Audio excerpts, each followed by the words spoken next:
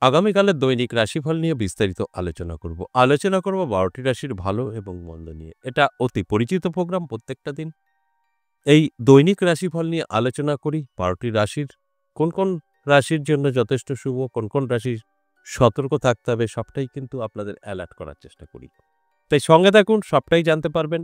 আগামীকাল ২৪শে ডিসেম্বর মঙ্গলবার, নবমী তিথি, হস্তা নক্ষত্র, শোভন যোগ, জন্মরাশি কন্যা। ১২টি রাশিকে নিয়ে অবশ্যই বিস্তারিত আলোচনা করব।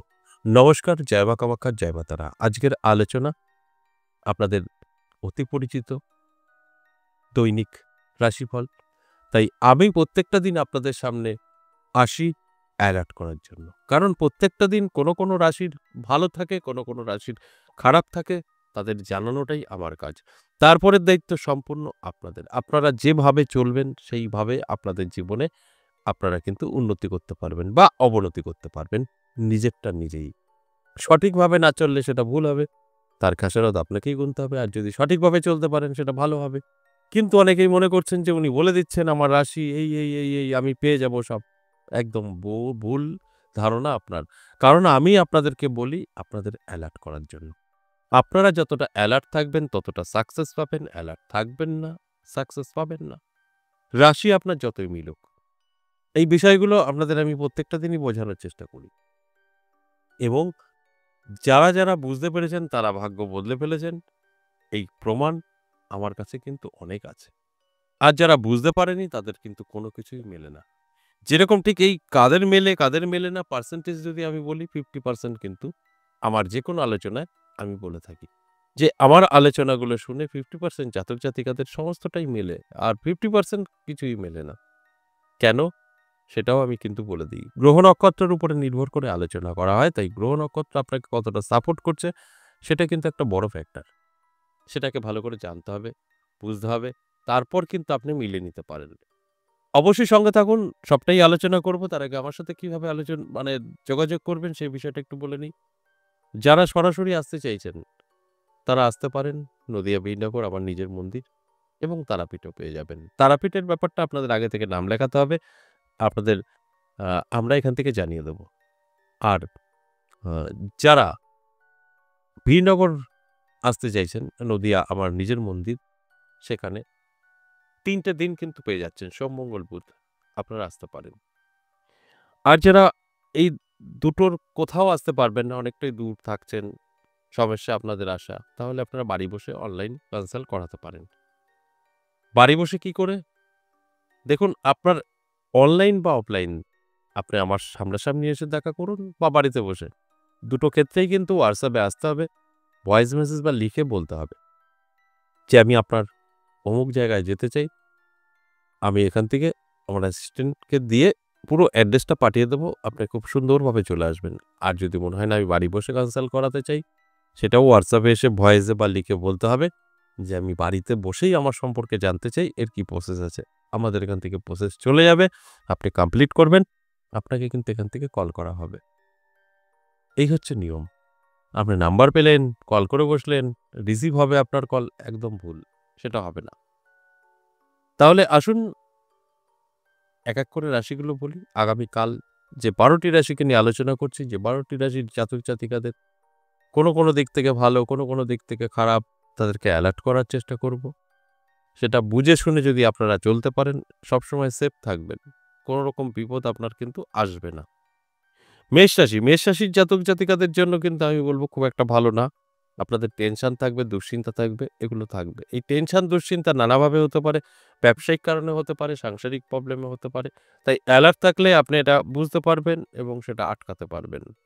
আর অ্যালার্ট না থাকলে কিন্তু সম্ভব নয়। আর আমার আলোচনা আপনাদের অ্যালার্ট করার জন্যই। এরপর বৃষরাশি। বৃষরাশির জাতক জাতিকাদের কিন্তু অবশ্যই সতর্ক থাকতে হবে। অবশ্যই ভালো থাকবে আগামীকাল। তবে ভালো থাকতে কিন্তু প্রবলেম আসতে পারে। কোন দিক থেকে? আর্থিক দিক থেকে আপনি পিছিয়ে পড়তে পারেন।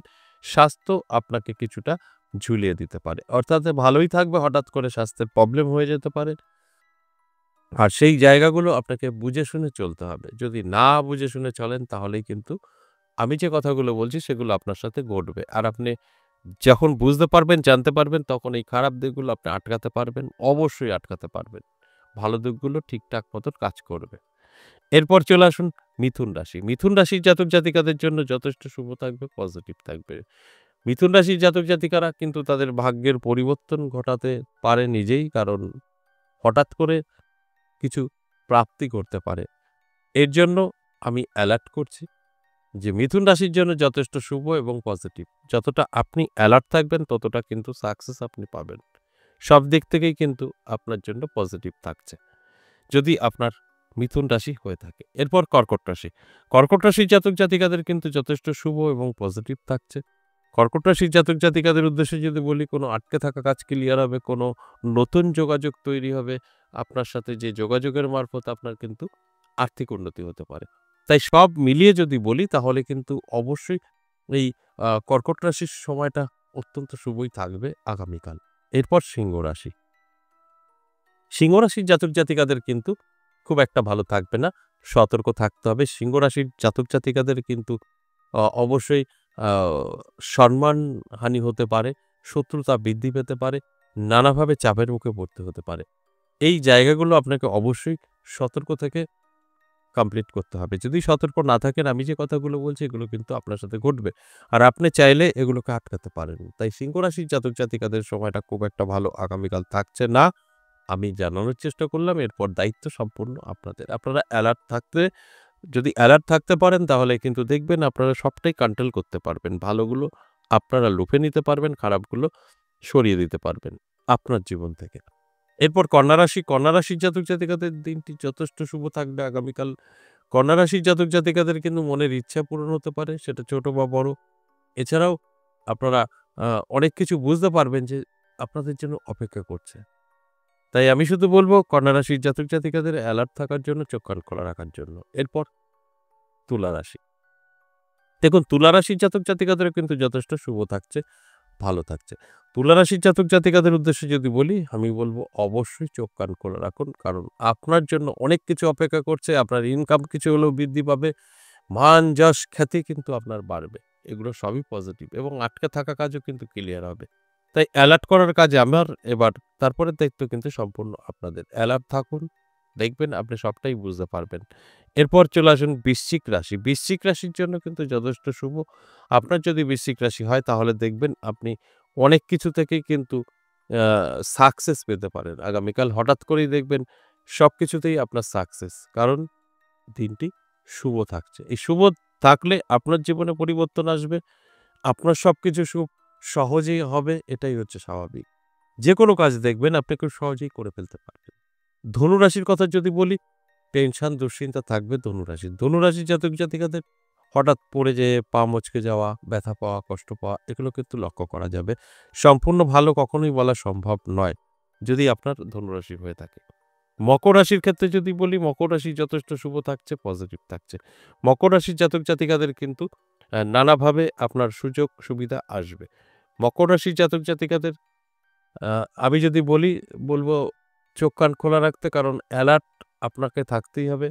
ফাটকা থেকে হোক বা অন্যান্যভাবে হোক অর্থ কিন্তু আসবে এবং আপনাকে কেউ হেল্প করতে পারে, সহযোগিতা করতে পারে। সময়টা অত্যন্ত শুভ থাকবে আগামীকাল। এরপর চলে আসুন মকর রাশি। কুম্ভ রাশি। কুম্ভ রাশির জাতক-জাতিকাদের কিন্তু শুভ থাকছে। নানা দিক থেকে সুযোগ সুবিধা আসবে। আপনি যেটা চাইবেন সেটা আপনি আপনার আশা পূরণ করতে পারবেন। কারণ আপনার জন্য যথেষ্ট শুভ সময় থাকছে। যদি আপনার কুম্ভ রাশি হয়ে থাকে। তাই কুম্ভ রাশির জাতক-জাতিকাদের উদ্দেশ্যে আমি একটা কথাই বলব যে চোখ কান খোলা রাখুন, অ্যালার্ট থাকুন। তাহলে আপনারা অনেক কিছু বুঝতে পারবেন, অনেক কিছু জানতে পারবেন। আর তা না হলে কিন্তু আপনারা অনেক কিছু থেকে পিছিয়ে থাকবেন। এরপর চলে আসুন সর্বশেষ ১২ টি রাশি, শেষ রাশি মীন রাশি। মীন রাশির জাতক-জাতিকাদের কিন্তু অবশ্যই সতর্ক থাকতে হবে। চাপের মুখে থাকতে পারেন, আপনার শত্রুতা বৃদ্ধি পেতে পারে, মান-সম্মান হানি হতে পারে। এই সবটাই আপনার সঙ্গে ঘটতে পারে। যদি আপনি খুব অল্প বয়সের হয়ে থাকেন তাহলে অবশ্যই বন্ধু এবং বান্ধবী থেকে সতর্ক থাকবেন। আর ভারী বয়সের হলে অবশ্যই আপনাকে চোখ কান খোলা রাখতে হবে। কারণ এই যে নেগেটিভ আলোচনা, এই নেগেটিভটা কিন্তু আপনার সাথে মিলতেই পারে। যদি আপনি সতর্ক থাকেন তাহলে দেখবেন আপনার সাথে নাও মিলতে পারে। তাই সতর্ক থাকাটা আমাদের অবশ্যই জরুরি। যে কারণে আজকের এই আলোচনা আপনাদেরকে সতর্ক করার জন্য। এই যে ১২ টি রাশিকে নিয়ে আলোচনা করলাম, দৈনিক রাশিফল। এই সবটাই কিন্তু অ্যাভারেজ এবং সর্বজনীন। এখানে কারোর ব্যক্তিগত জন্মছক বা হস্তরেখা বিচার বিশ্লেষণ করে আলোচনা হয়নি। তাই আপনার সাথে সবকিছু মিলবে বলা সম্ভব না। তবে 50% জাতক জাতিকাদের কিন্তু হয়ে যাবে। সমস্তটাই কিন্তু মিলবে। আর 50% জাতক জাতিকাদের কিন্তু মিলবে না। তাদের নানা রকমভাবে চাপে আছে। তাদের নয় গ্রহ নক্ষত্র সাপোর্ট করছে না, নয় মনের ইচ্ছা পূরণ মানে ইচ্ছা শক্তিটা কম থাকছে। যেখানে দাঁড়িয়ে কিন্তু আমরা কোনো রেজাল্টই আসতে দেখিনি। আশা করি বুঝতে পেরেছেন। আজ এ পর্যন্তই। আবারও আসবো নেক্সট ভিডিও নিয়ে। ততক্ষণ ভালো থাকুন। নমস্কার।